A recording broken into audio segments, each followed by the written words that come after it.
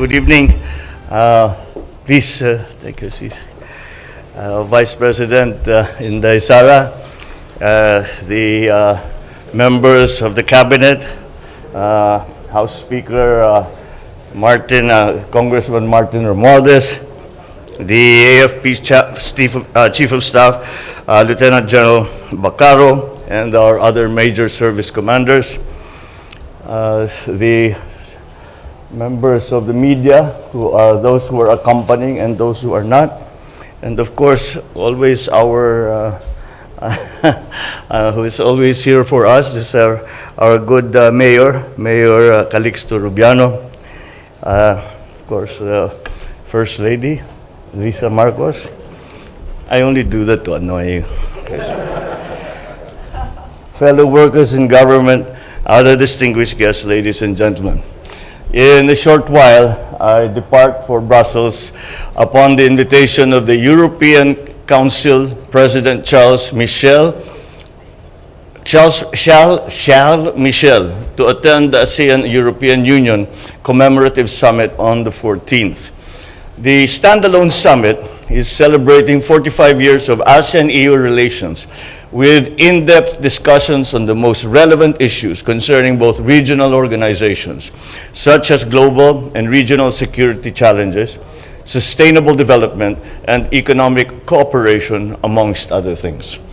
This will be the first meeting between ASEAN and EU member states leaders at the EU headquarters, and I am pleased to highlight the Philippines' role as country coordinator for ASEAN in its dialogue relations with the EU.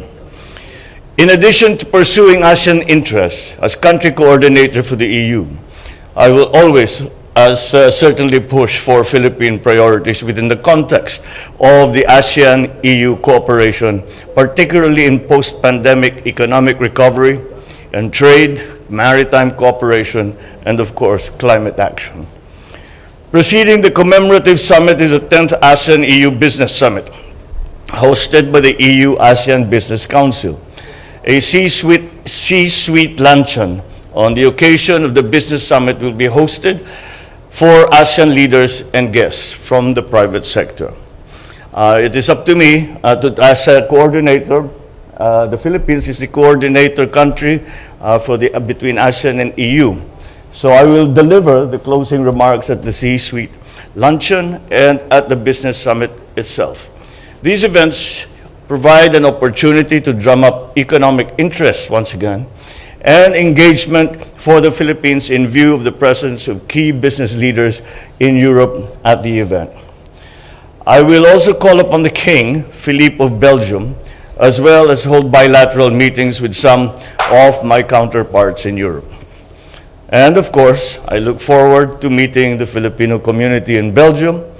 And after the successful series of summits hosted by ASEAN Chair Cambodia last month, I look forward to a productive and meaningful summit that recognizes ASEAN and the EU's 4.5 decades of long-standing relations.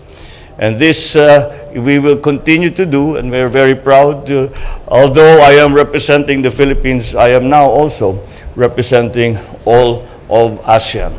But nonetheless, as I have mentioned, Philippine interest will always enter into all my discussions. Thank you very much, and good evening.